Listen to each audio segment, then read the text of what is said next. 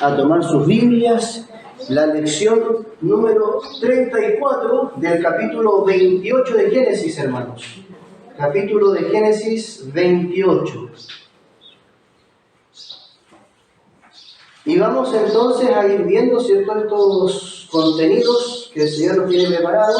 Hoy día vamos a continuar viendo Jacob es enviado a Labán. Y aquí dice el versículo de memoria, versículo 12, dice: y soñó, y he aquí una escalera que estaba apoyada en la tierra, y su extremo tocaba en el cielo. Y aquí ángeles de Dios que subían y descendían por ella. Entonces aquí viene la primera pregunta. ¿Qué hizo Isaac a Jacob? ¿Qué le mandó no hacer?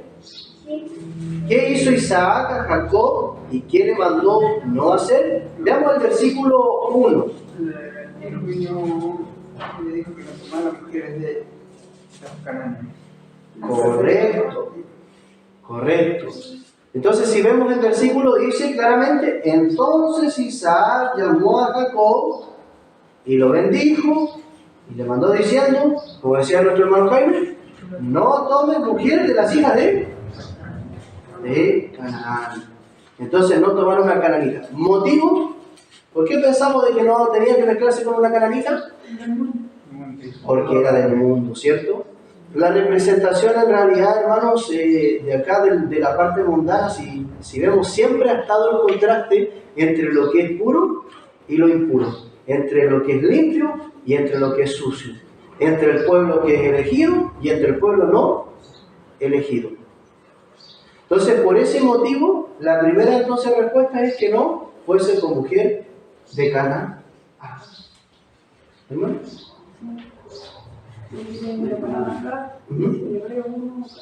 Hebreos 1:14. Veamos entonces en Hebreos 1:14.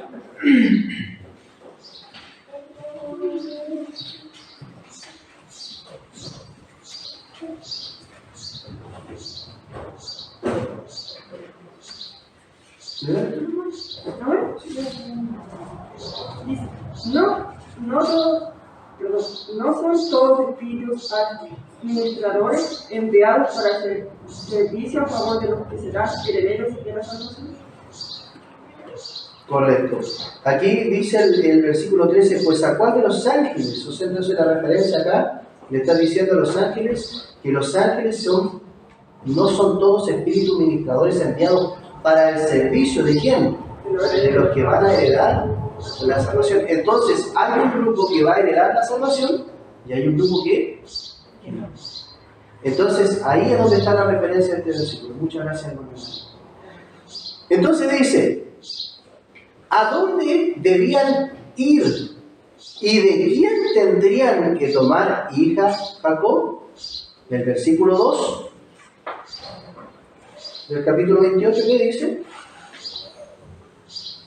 2. Sí, 28:2. Levántate, ve a Harán, a casa de Betuel, padre de tu madre, y toma a ti mujer de las hijas de Labán, hermano de tu madre. Entonces tenía que buscar un familiar, hermano, ¿un familiar de quién?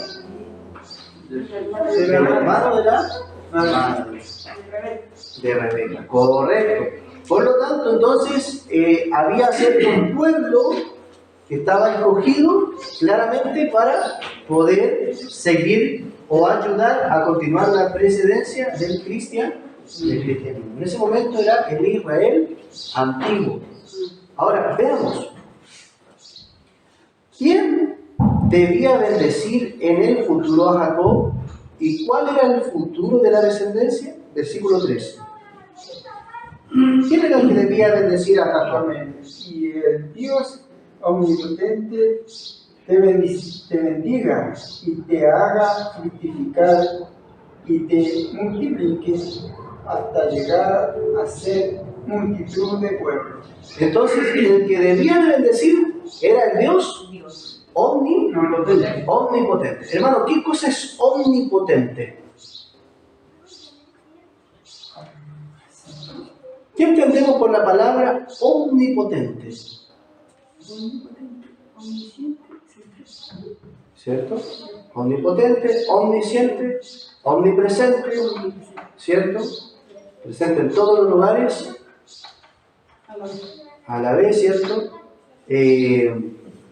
Invisible, también, para nuestra vista, espiritual, y vemos muchas de las cosas, pero la palabra omnipotente, la referencia viene enfocada a la potencia, hermanos.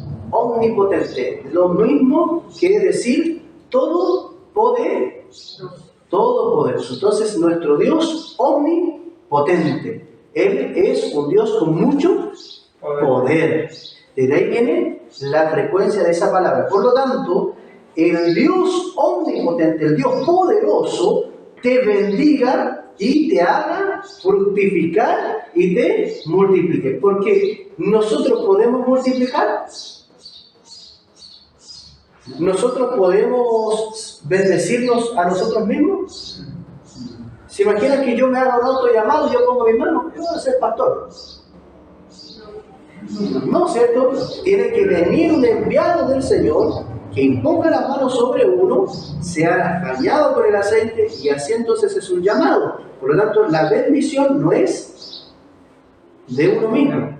La bendición tiene que venir de otra persona. Entonces, esto es muy importante. La bendición que ahora nosotros estamos hablando es la bendición de Dios. Y Él puede bendecir a tal punto que todo puede multiplicar y puede fructificar, dar cientos por uno. En el caso de nosotros podemos plantar una semilla. Yo a veces he plantado semillas y no he dado nada. Nada. ¿De verdad? No, nada. Pero mi hijo tiró semilla y de la misma y brotó.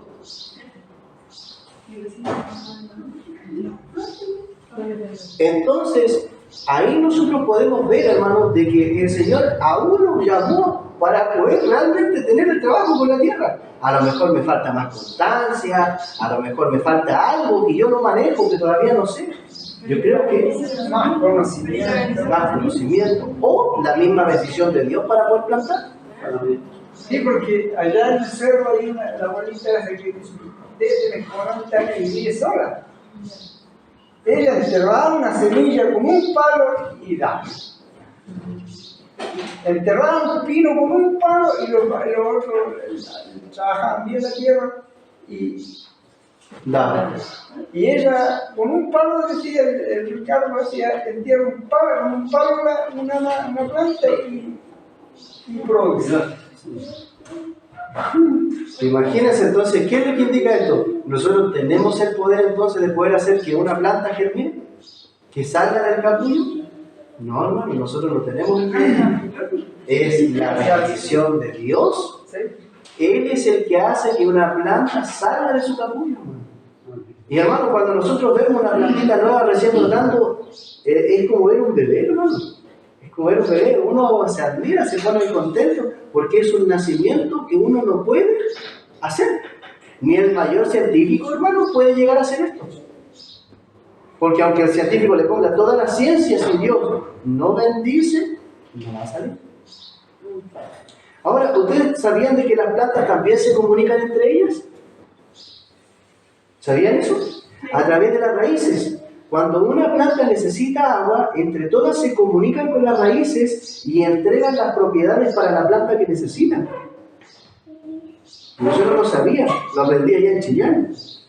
De hecho, también cuando hay una planta que está pasando alguna otra necesidad, entre ellas mismas también se comunican y se van ayudando.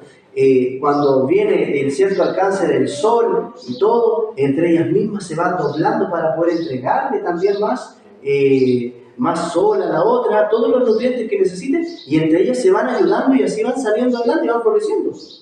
Y yo eso no lo sabía, lo fui aprendiendo. También las hermanas me comentaban, la hermana María Nera y su mamá me comentaban de que ellos tenían una planta que lloraba cuando ellas salían.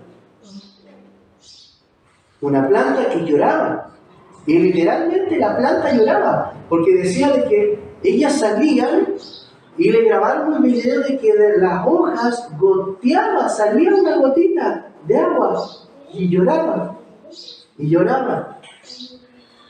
Una planta, imagínense cómo es el Señor que les mostró eso. Y ella le ponía música continuamente a las plantas. Y las plantas bonitas, preciosas, le quitaban la música y las plantas estaban todas marchitas. Ponían la música cristiana, florecía, pero muy linda. Le quitaban la música y se marchitaban. Por lo tanto, hermanos, ¿esto qué significa? Lo que dice la Escritura. Y toda la tierra alabe a Yahweh. Con esto nosotros podemos ver que incluso hasta las plantas, hermanos, obedecen al nombre de Dios. Hasta ellas alaban el nombre de Dios.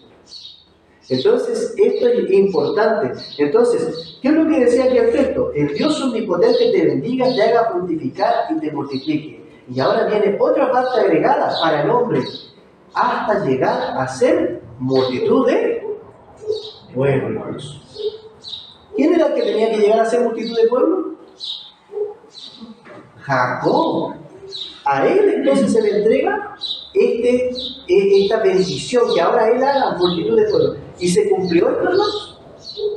Después nosotros vemos 12 tribus de Jacob, que después es su nombre cambiado a Israel. Por lo tanto, entonces se cumple la profecía. Las 12 tribus emergen de Israel, de Jacob. Dice ahora, la pregunta 4. ¿Qué bendición de Abraham y la tierra de él? ¿Por qué es importante? La bendición de Abraham y la tierra de él. ¿Por qué es importante? Que se vea, la bendición de Abraham y la tierra de él, de Abraham, ¿por qué es importante? Versículo 4. ¿Qué dice el versículo 4? Y te dé la bendición de Abraham y a tu descendencia contigo para que heredes la tierra en que moras, que Dios dio a Abraham. Muy bien, entonces, y te dé la bendición de Abraham. Entonces, Abraham fue bendito antes, ¿cierto? Y eso es lo que está pidiendo Isaac, que él te dé la bendición que le dio a Abraham. Entonces, eso es lo que está pidiendo. Y no solamente eso, y la tierra, porque dice aquí, ¿cierto? Y a tu descendencia contigo para que heredes la tierra en que mores. Entonces, tiene que ser bendecida también la tierra. ¿Y qué más? Que Dios dio a Abraham. Entonces esa tierra que él iba a tener era la tierra que Dios le había dado a Abraham. Por eso no se fija tierra estéril y hay tanta riqueza en ese sector. Correcto, ¿verdad? Hay altas riquezas, hay altas cosas. Y de hecho, hermanos, si nosotros ahora vemos todo este conflicto que está habiendo entre Hamas y Israel, ¿cierto? Son tierras productivas, hermano. Está el petróleo, ¿sí? Hay piedras preciosas, hay lugares que son, hermanos, muy importantes para la tierra, las producciones muy grandes que son, se reparten en el mundo y ahí están. Y recordemos que también por ahí están los árabes, que están los turcos. Y nosotros sabemos que todos ellos en realidad son gente que maneja dinero, hermano, ¿cierto? Manejan, hermano, dinero. Y saben que Israel, hermano, para tener una idea, es como este puntito, y Palestina, hermano, es como esto. Y Israel está peleando contra Palestina. ¿Y ya cuando Palestina existía antes? Palestina pertenece a los de la tribu de Ismael, hermano. Y siempre han tenido pelea, han tenido conflictos. Tengo entendido que Palestina no tiene ejército. Es que ahí hay todo un tema, porque resulta de que ahora ellos no tienen ejército, pero ¿cómo llegaron a hacerse de todo el pueblo o casi de todo Israel? Porque ahí es donde empezó el conflicto. Ahí empezó el conflicto. Entonces, bueno, pero ¿por qué está siendo ayudado? Porque alguien lo está apoyando. Correcto. Bueno, y dentro de esta guerra, que es importante para nosotros, sí, hermano, lo que yo, para no perderme del hilo, Palestina es como todo esto de acá, Israel es todo esto, abajo de acá está Egipto, que es también casi como Palestina, ¿ya? Arriba tienen a los turcos, después de eso está Rusia. Ya, pero y por ahí está la fuerza. Gente ayudando a los rusos. Si los rusos, ¿con qué objetivo están haciendo eso? Llegar a Israel. Todas las guerras tienen un propósito. Y para el lado de acá, hermanos, está Italia. Para el lado de acá, están acá los turcos, casi en una línea, cruzando un pequeño pedacito de océano, está Italia, Roma. Y si aquí entonces estaba Israel, y acá arriba está Roma, están los turcos, está arriba Rusia, todo eso, ¿cierto? Realmente, hermanos, es muy pequeño Israel, y siempre Israel ha sido pequeño y le ha tocado vencer los tremendos poderes, hermano. Los tremendos poderes. No lo ganaba nadie. Ahora, desde la antigüedad ganaba, sí, ganaba el pueblo de Israel. Ahora, hermanos, yo no lo sé. Ahora yo realmente no lo sé, hermanos. Pero lo que sí tengo consideración es que la profecía menciona de que el Papa, el Vaticano, va a intentar ser como el libertador, hermanos, de Israel. ¿De qué? De Israel. Porque tiene que aparecer un representante, ¿se acuerdan lo que estudiamos ayer? Sí. Tiene que aparecer un representante mundial que diga a todas las personas, a este vamos a apoyar. Entonces va a tener que aparecer, y cuando aparezca, entonces todo este conflicto, todo esto que está, esta revuelta, que en realidad pasaría a ser como la vuelta de Gog y Magog, esta pelea general que va a haber, hermanos, por eso va a terminar desarrollando el conflicto final. Entonces, hermanos, estamos cerca, muy cerca de que los eventos finales se desarrollen. Y obviamente, hermanos, mucha gente también a raíz de esta misma guerra se está convirtiendo al cristianismo. Se están convirtiendo. El otro día vi un video, hermanos, donde salían puras personas creyentes en Cristo en Jerusalén, en el muro de los lamentos. Y los judíos ni se veían, hermanos. Entonces, ¿qué está implicando esto? Algo está sucediendo. De alguna manera la tierra se está empezando a preparar para el evento final. ¿Ya? Eso es lo importante. Entonces, ahora a Jacob se le menciona, ¿cierto?, para que se multipliquen los pueblos y reciba la bendición que se le dio a Abraham. Vamos entonces al versículo 5. ¿Quién era Labán? ¿Quién era Labán, hermanos? ¿Quién dice el versículo 5? El hermano de Rebeca. Hermano. ¿Podemos leer el texto? Bendiciones, Pía. ¿Podemos leer el texto, el versículo 5? ¿Qué dice?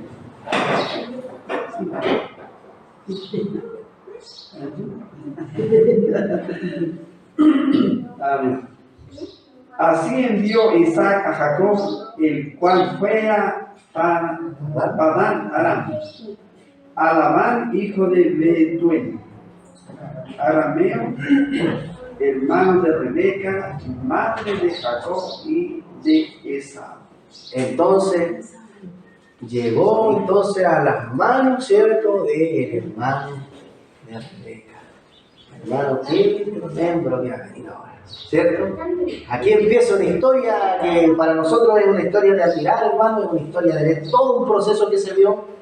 Aquí vamos a tener para conversar, hermano. Aquí hay tema. Vamos a continuar. Dice acá, Esaú se casa con una ismaelita. Entonces, ahora es todo un proceso contrario también. Mientras a Jacob le dijeron que no se case con una cananea, ¿qué es lo que está haciendo Esaú?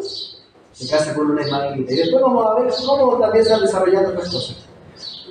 ¿Fue oculto a Esaú la marcha de Jacob? ¿Se le ocultó en algún sentido el hecho de que se fuera a Jacob?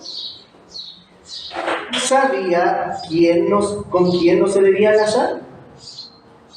¿Sí? Veamos el versículo 6. Veámoslo y ahí lo comentamos. ¿Qué dice? Amén.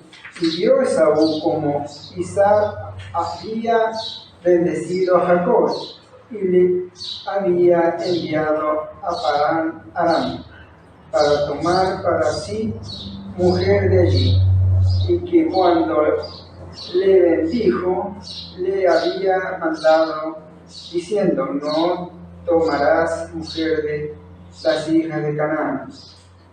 Entonces, Esaú, ¿qué pasó? Vio lo que hizo ¿quién? Isaac, su padre. Y aún así, aunque lo había visto y lo había bendecido, y aparte le había enviado a Padán Aram para tomar desde allí mujer, o sea que entonces él sabía de qué debía tomar mujer, sabía para dónde iba a ir. Nunca le fue oculto a Esaú. No. Él podía haber ido antes. Podría haber ido antes hacia la tierra de Labán.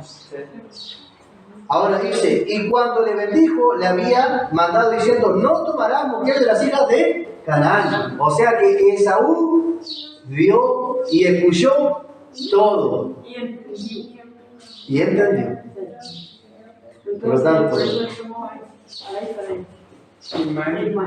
correcto. O sea, hizo todo lo contrario. Es como un aspecto de rebeldía. Fue como una rebeldía, se puso rebelde.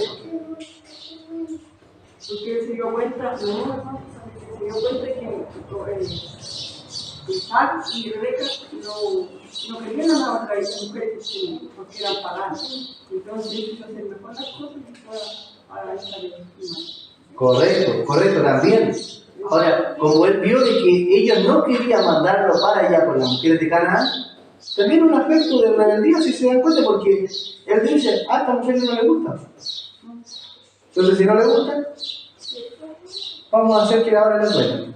Bendijeron a Jacob, a mí no me dieron ninguna bendición. Hicieron todo con Jacob y a mí no me dieron nada. Y es una manera, hermano, de meter ruido. Nada que es un berrinche. Es un berrinche.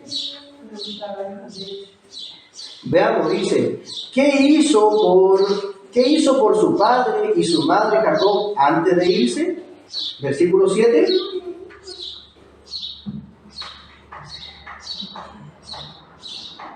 ¿Qué dice el verso 7? Y que Jacob había obedecido a su padre y a su madre, y se había ido a Padán Aram. Entonces, ¿qué hizo por su padre y su madre? Obedeció. Una característica importante: la obediencia. ¿Cómo somos nosotros, hermanos? ¿Somos obedientes o no somos obedientes? Que cada cual se evalúe. Aquí estamos con cosas. Que cada cual se evalúe. Tenemos que evaluarnos como los chiquillos del colegio. Ahora, porque, hermano, la evaluación de los niños le dicen: autoevalúese, 7 final. Ya se la prueba después. Con 3. Ya casi. Pero ellos se autoevalúan un 7. ¿Cómo se portaron en el año? Un 7. No se escaparon del colegio, un 7. Ellos estudiaron todos los días, cabeza gacha los libros, un 7. Y después, cuando uno les ve las notas en forma general en todo el año, lleno de libros de anotaciones, puro 1, tuvo punto de repetir, pero al final se pone 7. Entonces, ahí, hermanos, se está viendo de que hay cosas que no coinciden dentro del sistema. Por lo tanto, esto es importante. Cuando Él va, Él obedece. Y esto es importante para nosotros. Tenemos que obedecer. Ponernos una mano nosotros en nuestro corazón y decir: ¿soy obediente o no soy obediente? ¿Me cuesta o no me cuesta? Yo creo que a todos nos cuesta, ¿cierto? Ya, entonces somos todos humanos. No hay ningún extraterrestre aquí. Eso es bueno. Segundo, como a todos nos cuesta, nosotros ahora tenemos que entender que nosotros no somos los más perfectos, pero hay algo que nos diferencia. ¿Qué es lo que nos diferencia? Que estamos intentando, ¿cierto? Avanzar. Y eso marca una gran diferencia. El intentar. Porque, hermano, el hecho de que usted diga: no, si el Señor me va a salvar así como estoy. Ay. El martes encontré en el mercado de San Javier a donde la compré con mi hermana y ya, pues, entonces le digo yo, porque la Biblia me dice, no, me dice, si de esta vida no hay otra, pues, así. No. Sí hay, me dice. Y por otro lado, un caballero estaba con una mochila. Entonces me dice, sí, todo el que cree en Cristo es salvo. Será salvo. Pero aunque usted se meta con una prostituta, haga lo que haga, porque Cristo vino y se dio los pecados. Igual no es salvo, con solo creer en Cristo. Sí. Bueno, aquí tenía razón en creer en lo de Cristo, sí, pero lo otro no. hermano, lo que él tiene que, por ejemplo, entender es que el hombre que estaba al lado de la cruz, hermano, el hombre que estaba al lado de la cruz no es la representación de toda la humanidad. El hombre de la cruz era un pecador que conoció a Cristo en plena muerte, en el yugo de la muerte. Y él se arrepintió y no había tenido una oportunidad más que esa.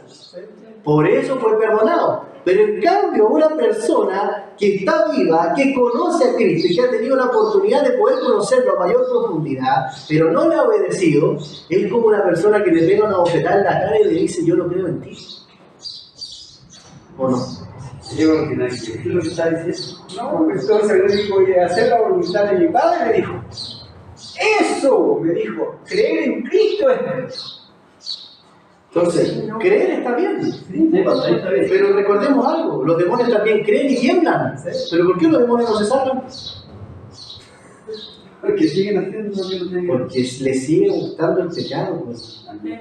Entonces, ahí hay una diferencia entre el cristiano y el no cristiano. El cristiano cambia, mejora, quiere tener el carácter de Cristo, está preparando su carácter para el cielo. En cambio, las personas que hoy en día no quieren cambiar van a decir, no, comamos, bebamos, tomamos, hagamos todo lo que podamos, fiesta, todo, porque mañana moriremos. Y se olvida de que cuando venga el momento del juicio y su nombre pase entre medio de la lista y le digan, ¿alguna vez alguien te dijo no hagas esto? Sí. ¿Y por qué lo hiciste? ¿Alguna vez te dijeron que tú no tenías que cometer tal y tal acto? Sí. ¿Y por qué no lo hiciste? Y hermano, muchas de las personas, pero Señor, si yo igual fui a la casa y oré por una persona y se sanó. Y recuérdense que hay un texto bíblico que dice, Señor, en tu nombre echamos demonios, en tu nombre sanamos enfermos. ¿Y el Señor qué les va a decir? Apartados de mí, obradores de maldad, id al fuego eterno preparado para vosotros. Cristo va a tener que darle vuelta a la espalda, porque esto no es solamente creer. No conozco. Entonces, ahí esta parte es importante, hermano. ¿Por qué? Nosotros en realidad creemos, pero aparte de creer, practicamos. Y hay una diferencia entre la práctica, porque una cosa es el querer y otra es el hacer. ¿Y cuál es nuestra disposición? ¿Nosotros queremos ser diferentes? Si nosotros realmente queremos, hermano, que esto salga adentro, cada uno se autoevalúa, escala de 1 al 7. Cada uno se autoevalúa. ¿Realmente quiero ser cristiano? Porque si yo quiero realmente ser cristiano, yo voy a seguir las filas del Señor. Pero si yo no quiero ser cristiano, mi corazón me está mintiendo. Estoy engañando a mi corazón, estoy engañando a mi mente. Porque yo en realidad prefiero las cosas del mundo. Y este es el conflicto, esta es la batalla del cristiano. Y hermano, cuando hay una persona que quiere pero no puede, es diferente. ¿O no? Yo quiero, pero no puedo. Señor, yo quiero ser como tú me pides que yo sea, pero soy débil. Señor, me gustaría poder, por favor, está la intención. ¿El Señor ve la intención del corazón o no? Entonces ahí es donde Él ocupa su gracia. Y la gracia es un perdón y merecido. Y ahí Él dice, hijo, no te preocupes. Mi sangre va a cubrir lo que tú no puedes cubrir. Por eso es que Él cargó multitud de pecados. Pero del que quiere cambiar. Y ahí está donde está la diferencia. Carga los pecados del que quiere cambiar. Pero el que no quiere cambiar, ¿dónde quedan los pecados? sigue cargando la mochila. Y seguimos caminando con la misma mochila. Pero yo creo, pero la mochila está llena. ¿Por qué motivo? Porque yo no tengo la intención de cambiar. Esa es la diferencia. Debilidades todos tenemos, ¿cierto? Mentiroso dice, todos nosotros somos. Nosotros le llamamos mentiroso a él. Por lo tanto, significa que mentimos, que pecamos, que robamos, que hacemos diferentes cosas, y queriendo o no queriendo. Pero la intención de querer cambiar es lo que cambia todo. Señor, yo, si antes robaba, ya no quiero robar. Señor, si antes codiciaba, ya no quiero codiciar. Si antes yo decía eso, ya no quiero decir eso. Señor, si antes hacía, ya no lo quiero. Y así es que Pablo terminó venciendo diciendo, ya no vivo yo, sino que Cristo vive en mí. Entonces hay una diferencia. Hay una diferencia. Ya no es lo que yo quiero. Ahora, Señor, voy a hacer tu voluntad. Yo quiero seguirte, pero como quiero seguirte, yo antes seguía lo que yo quería. Ahora voy a dejar que tú seas en mí. Obra tú, que mis deseos sean tus deseos. Mándame donde yo no quería ir. Haz que yo haga todo lo que tenía que hacer y que yo antes no te decía que sí. Y hermano, va cambiando el carácter. Porque uno dice, yo antes me enojaba, pero Señor, escribe tu carácter en mí. Entonces llega la persona y dice, Cristo no se enojaba. Entonces, ¿qué tendría que hacer yo? No enojar. Hago lo que Él quiere y no lo que yo quiero. ¿Es diferente caminar de esa forma? Hay una diferencia. Y es muy grande. Vamos a continuar. Dice, versículo 8. Esaú, ¿qué mujeres le parecían? A ver, ¿sabía Esaú qué mujeres le parecían mal a su padre? Versículo 8. Entonces, ¿qué fue lo que hizo Esaú? Dio Esaú, asimismo Esaú que las hijas de Canaán parecían malas a Isaac, su padre. Entonces, ¿se dan cuenta? Adrede lo está haciendo. A mi papá no le gusta, pero le dijo a Jacob. Entonces, ¿qué voy a hacer yo? Porque mi papá no le gusta. Se puso rebelde con su propio papá. Pero que ¿por qué bendijo a Jacob y por qué no me dio una bendición aunque sea una chiquitita a mí? Porque la bendición era una sola. Porque él la rechazó. Y aunque él también la hayan, es cierto, engañado finalmente para poder tomar su primogenitura, él se sintió peor porque al final la bendición es como que, mi papá al final le terminó dando el favor a Jacob. ¿Por qué a lo mejor no lo maldijo? Porque ya no lo podía maldecir, hermano. Recuérdense de que la bendición que él dio es que los que te maldijeren serán malditos. Por lo tanto, si Isaac maldecía a Jacob, ¿qué le podía pasar a él? Iba a ser maldito, hermano. Se le podía devolver esa maldición. Entonces, por eso es importante esto que está sucediendo. Continuemos. ¿De quién tomó mujer y tenía más de una mujer? Versículo 9. Veamos qué dice. Alguien que lo tenga le da lectura, no hermanos. Quien quiera. ¿Lo acompañan? Y se fue Esaú a Ismael y tomó para sí por mujer a Mahalá, hija de Ismael, hijo de Abraham, hermano de Nebaiot, además de sus otras mujeres. Entonces, miren lo que hizo. Y se fue Esaú a Ismael, tomó para sí mujer Mahalá, hija de Ismael, hijo de Abraham, hermana de Nebaiot, además de sus otras mujeres. Entonces, hace todo lo que no tenía que hacer. Todo lo contrario. Y aparte tomó más mujeres. Entonces, y viendo el ejemplo, Isaac, ¿a quién nomás tenía? ¿A quién nomás tomó por mujer Isaac? Tenía el ejemplo de un matrimonio bien constituido. ¿De dónde sacó entonces eso?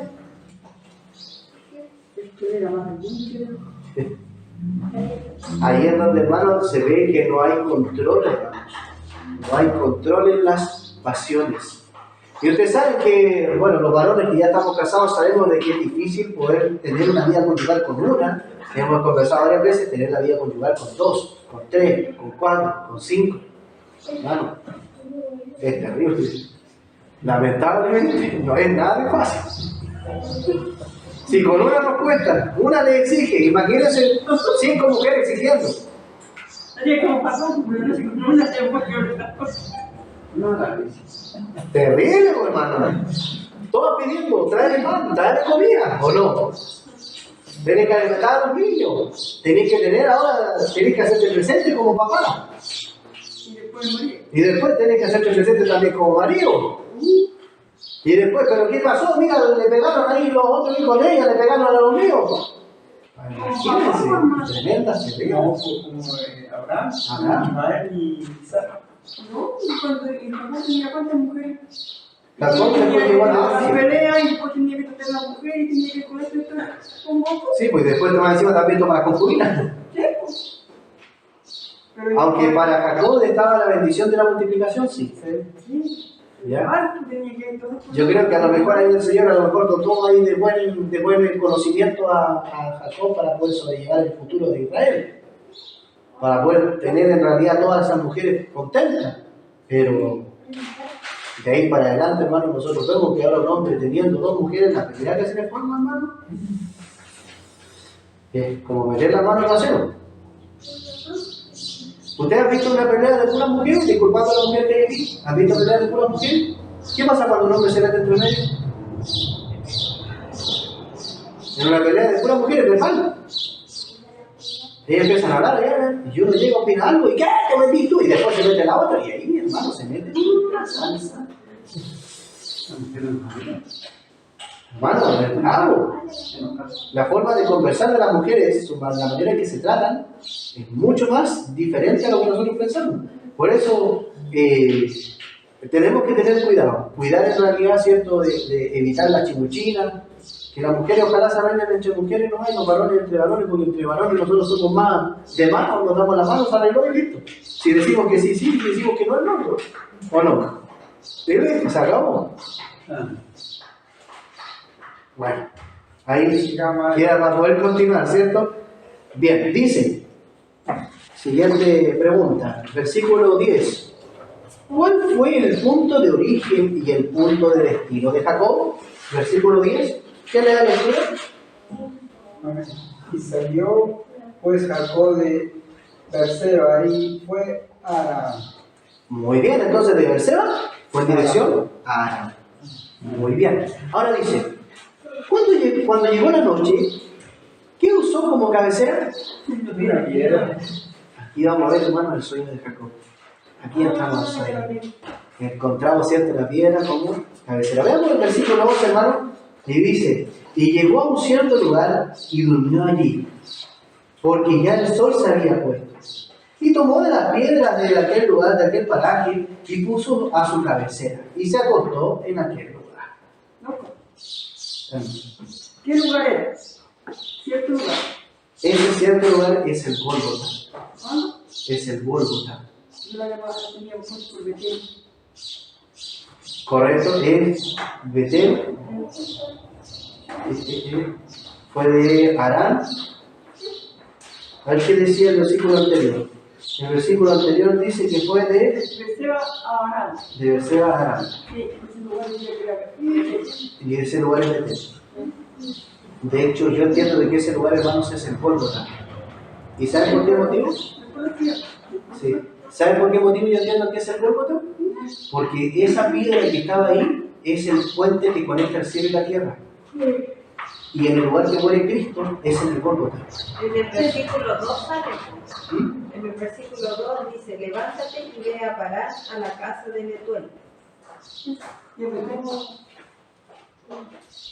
De eso dice que por eso tiene lo mismo que se llama algo que se llama Betel. Betel. No, es Betel, no Betel. Betel. Betel. Sí. Vamos a continuar. ¿Tienes otra por ahí? Ya. En la de Juan 1, del 47 al 51. Juan 1, del 47 al 51. Sí.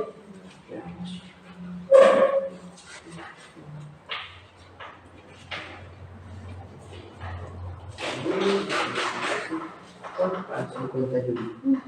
Léelo nomás, hermanita. Juan 1, del 45.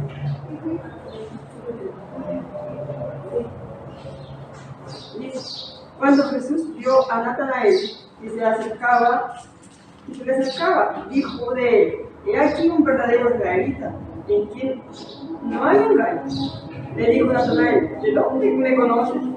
Respondió Jesús y le dijo: antes que Felipe te llamara, cuando estabas debajo de la higuera te vi. Respondió Natanael y le dijo: Rabí, tú eres el Hijo de Dios, tú eres el Rey de Israel. Respondió Jesús y le dijo: ¿por qué te dije que te vi debajo de la higuera? ¿Crees? Mayores cosas que estas verás. Y le dijo: de cierto os digo, de aquí adelante veréis el cielo abierto y a los ángeles de Dios que suben y descienden sobre el Hijo de Dios. Correcto. Ahí está el cumplimiento de lo que vamos a ver más adelante. ¿Ya? Ahí está el cumplimiento. Ese texto está muy bueno, hermano. Ahí hay que tenerlo guardadito. Le póngale el dedito porque enseguida lo vamos a ver. Entonces, la parte importante, hermanos, él ocupa una cabecera de piedra. Nosotros primero sabemos de que para poder empezar a construir tiene que ser sobre una roca, ¿cierto? ¿Y la roca es? Sí. Cristo. Sobre esta roca se asentó Jacob. Y en esta roca empieza entonces a verse desde el sueño que va a tener más adelante. Vamos a ver. Dice, ¿de qué se trata el sueño de Jacob? Versículo 12. ¿Leo? Por favor. Y empezó a soñar y miré allí estaba la escalera situada sobre la tierra, y su parte superior alcanzaba hasta los cielos. Y miré allí estaban los ángeles de Dios ascendiendo y descendiendo por él. Entonces, ¿qué es lo que soñó? Una escalera. Esta tierra se apoyaba en la tierra. ¿Y el otro extremo? La palabra cielo, hermanos, en el hebreo es shamayim. ¿Y ustedes saben por qué se ocupa la palabra cielo para poder dirigirse a Dios? Y la palabra Aquí vamos para allá. ¿Saben por qué se ocupa la palabra shamayim para poder indicar a Dios? La palabra cielos. Porque dice que su morada está en los cielos de los cielos, ¿cierto? Nosotros hablamos del Altísimo. Alto, está ahí, se posa sobre el cielo, es porque la tierra es el estrado de los pies de Dios. Y su morada está ahí, en los cielos. Por lo tanto, hermano, cuando nosotros decimos el Altísimo, cuando hablamos como lo mencionan los hebreos, el cielo, el Shamayim, se están refiriendo al Todopoderoso. Es quien está sobre nosotros. Él no está bajo nosotros, está sobre nosotros. Y está diciendo que el que está sobre nosotros hizo una escalera. Y esta escalera toca la tierra, que es el estrado de sus pies. ¿Y de aquí qué cosa suben y bajan? Los ángeles. ¿Y quién es la escalera? Es Cristo, el Hijo de Dios. Por eso es que el texto que nuestra hermana mencionaba y decía, el versículo 51, de cierto, y le dijo, de cierto, o te confirmo, ¿ya? Te confirmo, esto sí o sí es así, de que de aquí en adelante veréis el cielo abierto y a los ángeles de Dios, ¿ven? El estrado pertenecía a quién? A Dios, a los ángeles de Dios que suben y descienden y bajan sobre el Hijo del Hombre. Por lo tanto, el Hijo del Hombre es Cristo. Entonces, ¿quién es la escalera? Cristo. Cristo es el puente entre el cielo y la tierra. ¿Y por qué el Papa tiene el nombre de pontífice? ¿Le han escuchado? Sumo pontífice. Porque él quiere quitar o usurpar el lugar de Cristo, hermanos. ¿Por qué manda a la gente? Correcto. ¿Por qué manda a la gente, hermanos, en la Iglesia Católica de que se confiese con otra persona? Porque le están quitando el lugar a Cristo. Porque dice que Cristo, el Hijo del Hombre, es el puente entre Dios y los hombres, entre la tierra y el cielo. Él es el camino por donde suben y bajan ángeles. Por lo tanto, para nosotros, hermanos, ahora toma más connotación la Biblia, toma más importancia. ¿Y por qué se demuestra que la Iglesia Católica está realmente en contra del cristianismo? Porque están usurpando el lugar de Dios, hermano, el lugar de Cristo, del Hijo de Dios. Ese es el lugar que está quitando. Por ese motivo, hermano, nosotros tenemos que saber que el pueblo judío rechazó a Cristo. Ahora, el pueblo actual, el cristianismo actual, mezclado con la Iglesia Católica, también está confesando los pecados al hombre, pero no a Cristo. Entonces, ¿qué es lo que están haciendo? Desviando la vista de Cristo. Diciéndole, no te necesitamos. Quédate en tu lugar, que te ocupen otros. Entonces, hermanos, para nosotros es de vital importancia poder tener a Cristo como el verdadero puente entre el cielo y la tierra. Ningún pontífice puede, o hombre que se haga llamar puente entre el cielo y la tierra, puede realmente reconciliarlo con el Padre. Ni por la mayor cantidad de millones, porque la Iglesia Católica llega y dice, dale más plata al muerto y el muerto va a subir al cielo. Pero ¿a quién le llega esa plata? A la Iglesia Católica. Con esto está pagando sus penitencias. Hermano, ningún peso suyo va a llevar a alguien al cielo. Pero lo mismo que también los que le hacen rosario a los finados. También. Hermanos, no van a poder ir porque dicen por la mucha palabrería, no serán oídas, dice la Escritura. No serán oídas. Ahí cuando empiezan el Padre Nuestro y empiezan a rezarlo y todo. Y después cuando empiezan, Ave María, Madre, también son muchas palabrerías. No sirve de nada, hermano, porque no es una oración. No es una oración. Cuando empiezan, y ruega por él, y ruega por él, tampoco es una oración. Por lo tanto, nuestras palabrerías no van a subir a Dios Altísimo si no se reconoce a Cristo como el perdonador de los pecados. Si la persona no reconoció a Cristo antes de morir, hermano, no crea que va a estar en el cielo. No piense que va a estar en el cielo. Lamentablemente es así. Y aunque crea a su manera. Ni aunque crea a su manera. Eso es muy importante para nosotros tenerlo claro, hermanos. Es Cristo el que perdona nuestros pecados y es por su gracia que nosotros fuimos sanados. Por su llaga nosotros fuimos sanados. Porque Él sufrió una muerte de cruz, la cual nosotros no hemos sufrido. ¿Sí conoceremos la muerte algún día? Puede ser. Si el Señor no quiere así. Pero eso tampoco a nosotros nos garantiza que vamos a ir al cielo. Entonces, por eso es importante, hermano, mantener nuestro vínculo con el Señor. Muchas gracias, hermano Eladi, por el versículo 1. Continuamos. ¿Quién se mostró en sueño a Jacob y quién le regala? Versículo 13. ¿Qué dice el versículo 13? Y aquí Jehová estaba en lo alto de ella, el cual dijo, yo soy Jehová, el Dios de Abraham, tu padre, y el Dios de Isaac. La tierra en que estás acostado, te la daré a ti y a tus descendientes. Entonces, ¿cuál era la tierra que le regaló? La tierra, hermanos, que pertenece a Israel actualmente. Ese lugar se llama Jerusalén. Esa era la tierra que le regaló Yahweh. Y él se presenta. Yo soy el Dios de tu padre. Ahora, ¿Abraham era el padre de Jacob? No. ¿Quién era el padre de Jacob? Isaac. Entonces era el abuelo. Veamos cómo en la Biblia se ocupa siempre eso. Tu padre. ¿No le está diciendo abuelo? También llamado el padre de la fe. Entonces, pero le dice tu padre, porque tiene una descendencia directa. Es el abuelo. Vemos ahora. Y nos continúa diciendo, ¿cierto?, este texto.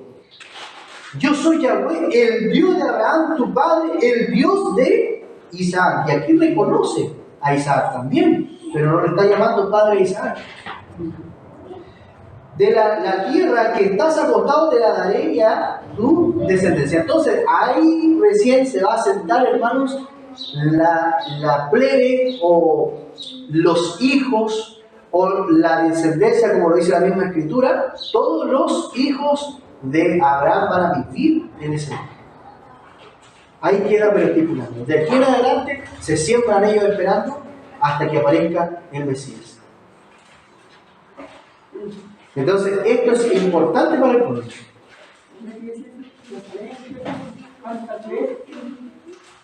O la gallina, Amén.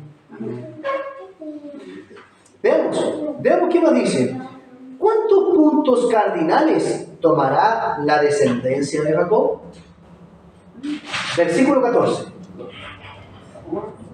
será tu descendencia como el polvo de la tierra, y te extenderás al occidente, al oriente, al norte y al sur, y a todas las familias de la tierra serán benditas en ti y en tu simiente. Hermanos, muestra los 4 puntos cardinales, ¿o no? Y los 4 puntos cardinales significan la totalidad. Y le dice, y a tu descendencia, ¿cierto?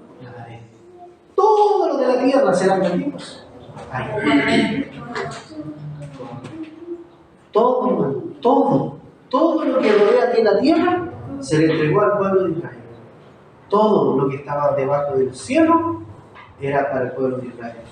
Ahora, hermanos, todo lo que está debajo del cielo lo heredaron ellos.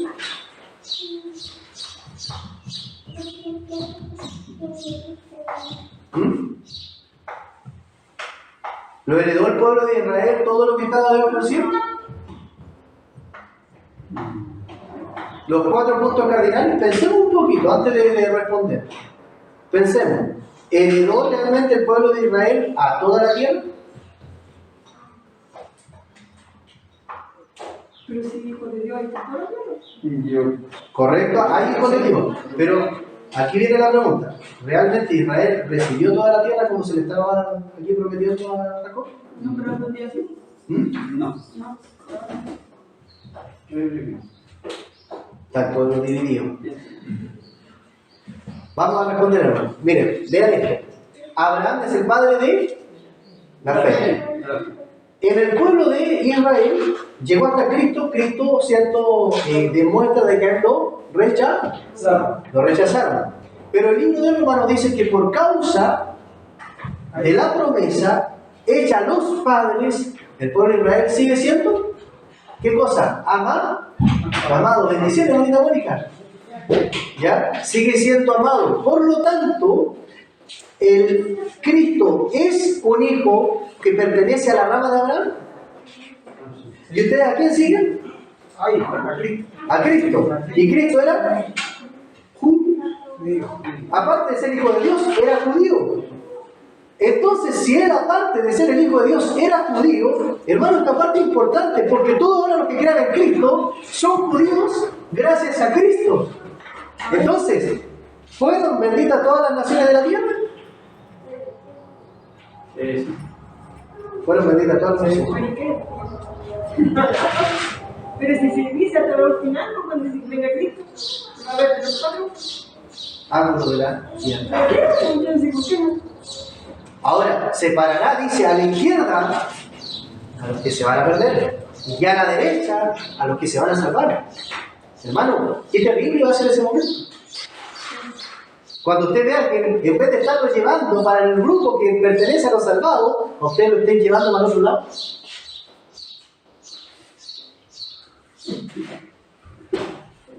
Esto es tremendo, hermano. ¿Se imagina? Usted, no, yo estuve luchando, pero realmente nunca cambió su corazón. Pero usted llegó con vida hasta el final y usted piensa que está con los salvados. Cuando llega el momento empiezan a separar los ángeles y empiezan a separar uno a la izquierda y otro a la derecha y usted se da cuenta que quedó a la izquierda.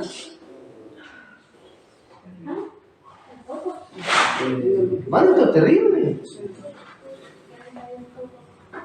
Ahora, por otra parte, los que tengan la dicha de estar en el lado derecho, el Señor les va a decir: venid benditos de mi Padre, al reino preparado para vosotros, y entonces serán arrebatados de la tierra vivos, hermanos.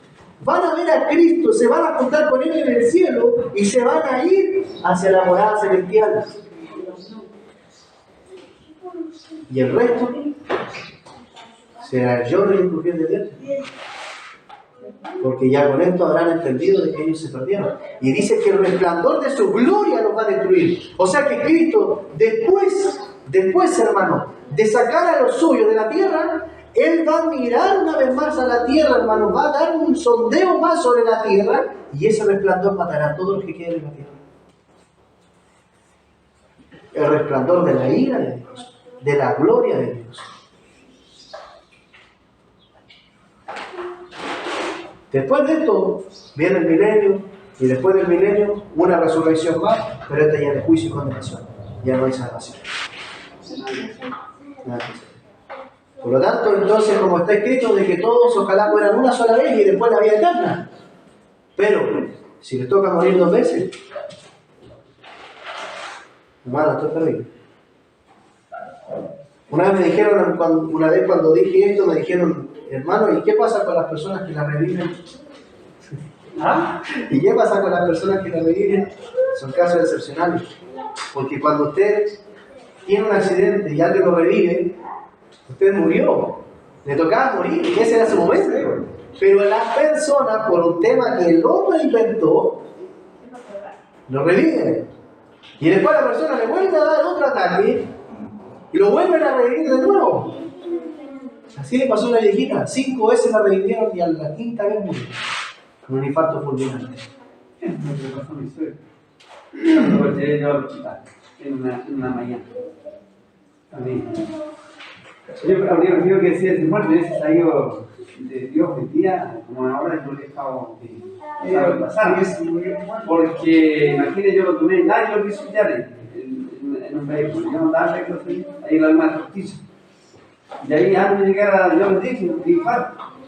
Seguro, por la zona. Lo tomé en la camioneta de un amigo y la hija subió al lado, que era de una cabina, ¿no? Llego ahí adelante dorando la tortilla y el señor empezó.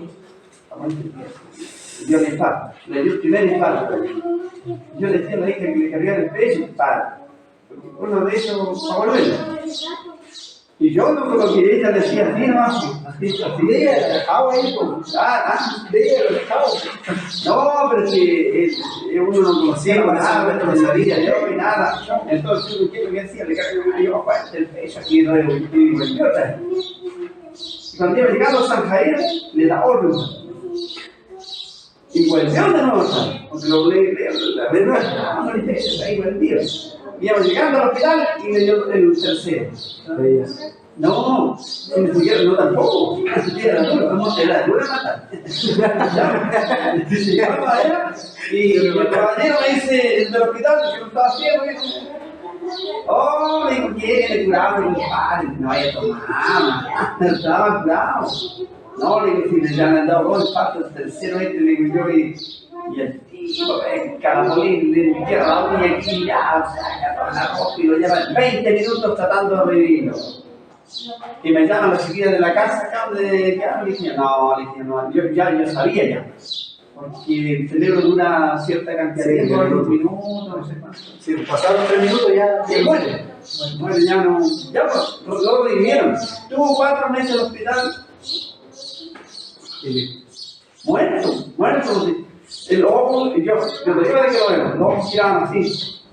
Él estaba así quieto, el cuerpo así quieto, y los ojos hacían así solos. A los lados. ¿Qué cuando él se llora? ¿Ah? ¿Qué cuando él se llora? No, pues si no, él no sentía nada. Estaba muerto, cerebralmente estaba muerto. ¿Qué vegetal? Claro que vegetal, 4 meses. Y ahí decía yo, ¿por qué no? Bueno, ahí tenemos un ejemplo vivo. Disculpe que le interrumpe y le pido disculpas porque una vez delante de mi hermana Claudia ahí me dijo, oye, pero tranquilo, aquí yo ando con un tipo en el fútbol y que gritan, po. Allá, oye, tanto le dice a uno, cuando yo esté en el infierno, le dice, anda de plaza encima, le grita y cosas así, por eso me dijo nada. Y le puso tanta cuestión ahí. Me dio risa, me acordé de eso. Él grita así uno al otro. Claro, me hizo el día. Y grita, pero se le cae chistosa la cosa que lo hacen como que fuera real toda.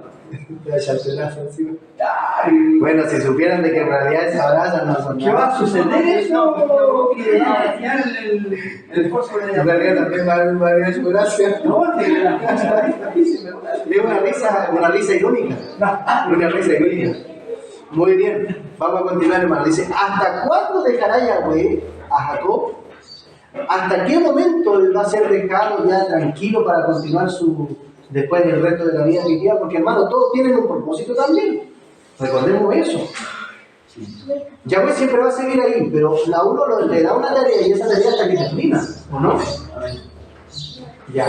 Y después de eso, y lo que el Señor no va a saber de nosotros. Veamos, versículo 15.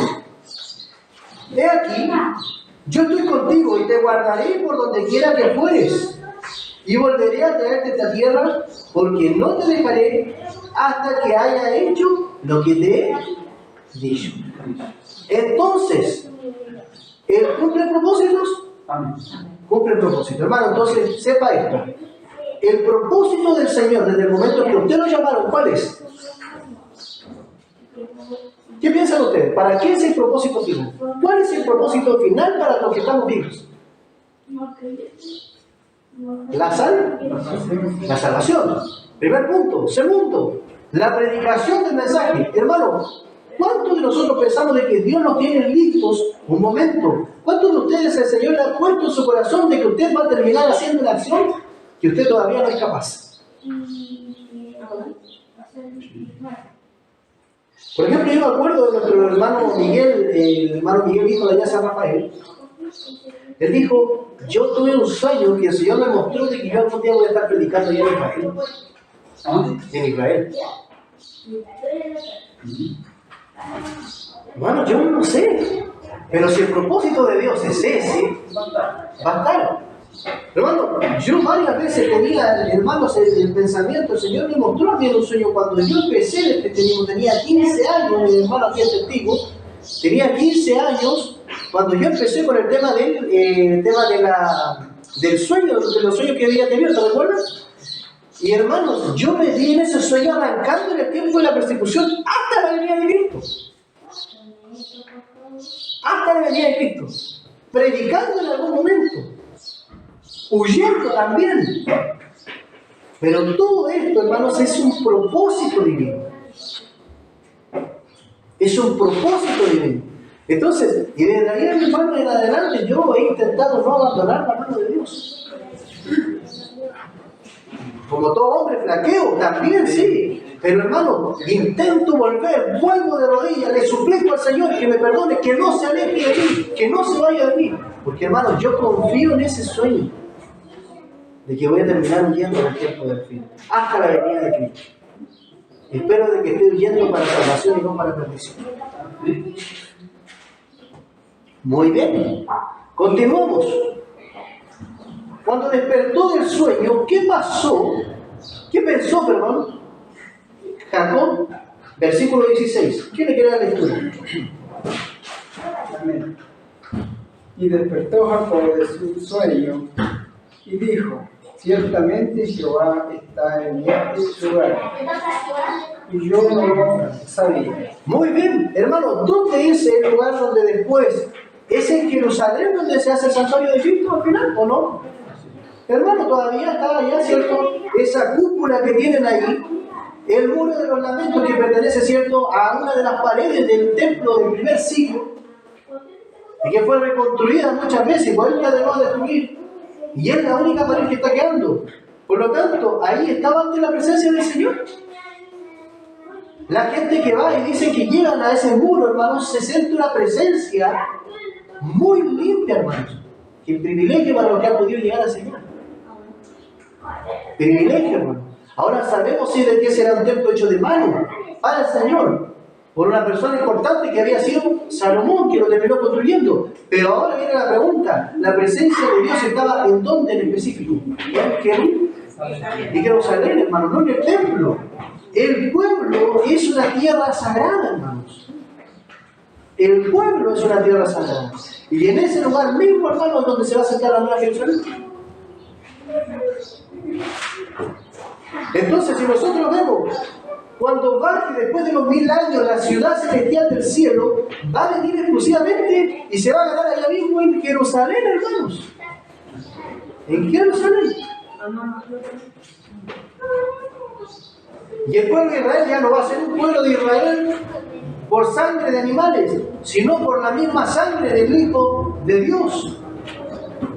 Entonces esto es importante para nosotros comprender, hermano, esta parte, porque de esta forma nosotros ahora podemos entender y comprender que la Escritura se está cumpliendo, va hacia un avance correlativo, y ese era el punto del reencuentro de Israel.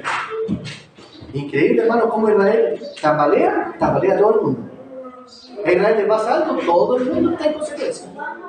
Hasta los días de hoy, aunque la gente no lo quiera entender, sí o sí pasa algo en Jerusalén y empieza a quedar mal. ¿Por qué todos los ojos ahora están puestos ahí?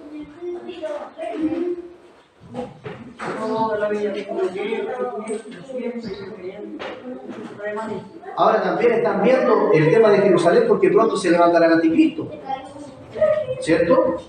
Que nosotros ya entendemos de que el anticristo es el Vaticano, pero va a llegar un representante de parte del Vaticano, de parte del pueblo pequeño, de parte de la Iglesia Católica, hermano, y que va a llegar infiltrado y que va a ser para todas las naciones el vínculo mundial. Y eso es lo que nosotros tenemos que entender.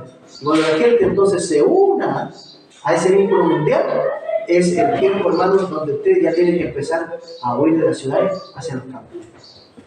¿A dónde va a venir el anticristo? El anticristo debería estar saliendo, de hecho, la misma Iglesia Católica con Martín Lutero identificó al anticristo dentro de la Iglesia Católica Romana, dentro del mismo Roma, ¿ya? Porque es el rey del norte, el mal, atacando a Israel. Ahora, en este conflicto mundial que de Gog y Magog, todas las naciones se van a aliar y van a tener un conflicto que va a ser muy grande para preparar el camino a los reyes del Oriente. Israel va a quedar solo. Israel quedaría solo. Por lo tanto, entonces, el anticristo cuando se presente, lo que usted tiene que saber, hermano, es que el anticristo lo primero que va a hacer es antagonista de Cristo, es anticristo. No, pero ¿Ya? del lugar donde va a aparecer. El primer punto. Lo primero que va a intentar hacer, hermanos, va a ser una venida de Cristo falsa. Eso es lo primero que usted va a hacer, ¿vale? Mire, se me apareció el Cristo, dijo de que ahora cambió el sábado por el domingo, y nos van a empezar a hablar y que la tierra se tiene que unir, y que van a pasar tal y tales cosas, y después de esto usted tiene que saber, de aquí en adelante, si usted, alguien le dice, ¿y esto es Cristo? ¿Qué dice la Escritura? No vayáis, libro de Mateo, capítulo 24, no vayáis. Si te dicen estar en el aposento alto, no vayáis. Hermano, porque van a ser confundidos, van a ser llevados hacia el pecado. Por lo tanto, hermano, ¿de dónde venga el anticristo? Si se va a presentar el mismo en Jerusalén, dice la Escritura de que el hombre de pecados va a salir de alguna manera del templo. ¿Ya? Hasta que se presente, decía el libro de Daniel, la abominación desoladora, que está profetizada por el profeta Daniel, en el capítulo de Mateo 24, Cristo mencionando a Daniel sobre la abominación desoladora. Ya hasta que se presente, hermano, entonces esa abominación dentro del templo, usted tiene que saber que ya es tiempo de marchar, es tiempo de huir.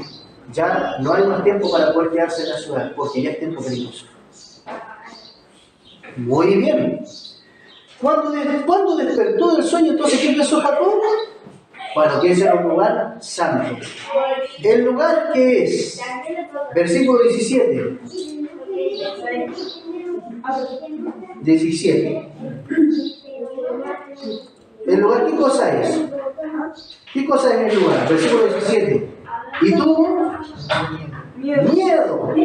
Y dijo, ¡cuán terrible es este lugar! No es otra cosa que casa y puerta.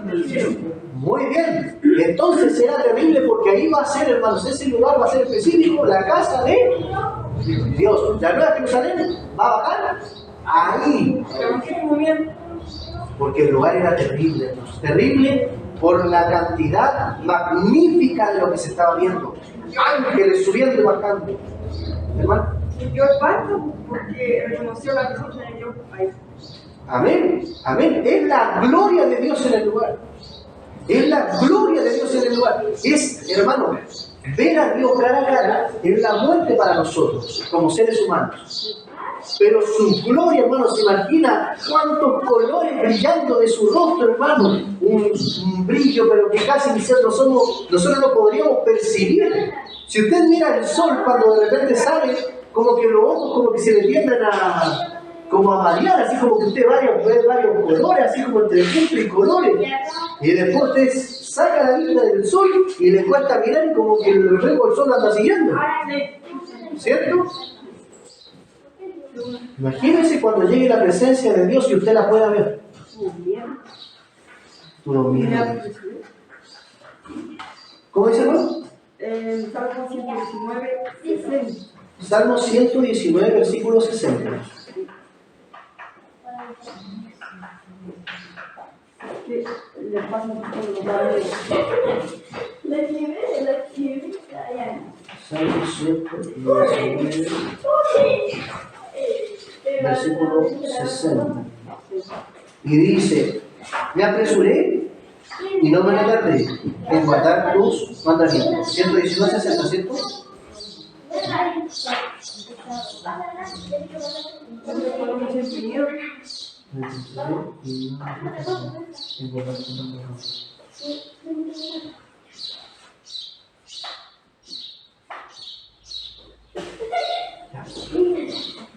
Muy bien.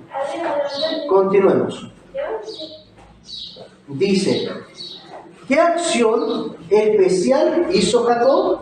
Versículo 18. ¿Qué le puede dar lectura? Y se levantó Jacob de mañana y tomó la piedra que habían puesto de cabecera y la alzó por señal y la derramó aceite encima de ella. Muy bien. Entonces lo primero que hizo fue pescar esa piedra y ¿qué cosa lo que le puso? La alzó primero por señal. La toma, hermano. La alza por señal. La deja. Y después toma aceite. ¿Y qué representa el aceite? El derramamiento del Espíritu Santo. Por lo tanto, es la presencia de Dios, hermanos. El aceite es la representación del Espíritu de Dios. Ahí hay una representación pura, hermanos. Importante. Ungimiento también, o sea, en otras palabras, se está ungiendo ese lugar de parte de Dios mismo. Ese lugar va a ser mi casa. Entonces, el Señor no mora en cualquier lugar, sino en el lugar que está preparado para Él. Dios no mora en cualquier lugar, sino en el lugar que está preparado para Él. Y ahí está, hermanos, cuando se alza la piedra, cuando se le pone el aceite, la señal está de las hermanas. 5, versículo 4. Eclesiastés 5, versículo 4. Cuando halló a sus promesas, no tarde en cumplirlas, porque Él no se complace en los instantes, cumple lo que promete. Amén. Amén. Él no retrasa sus promesas. Cumple, ¿cierto? No retrasa lo que Él hace. Muy bien. Continuemos. Dice, aunque se llamaba Luz el lugar, ¿qué nombre entrega Jacob?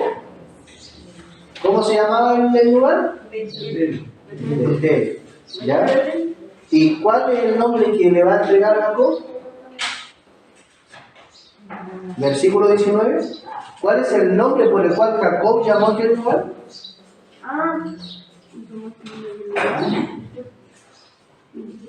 El lugar, hermano, se llamaba Luz.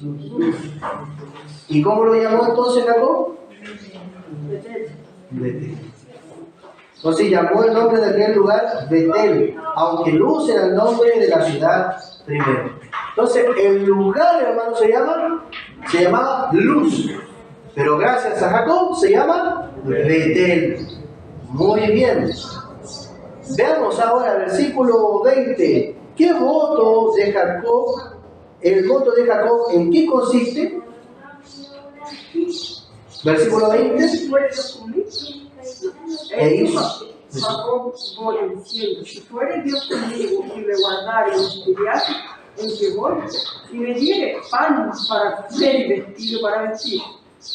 Ya, muy bien, ahí está haciendo el voto. Si realmente entonces es acompañado. Y veamos ahora, versículo 22, la piedra ¿Símbolo de qué es?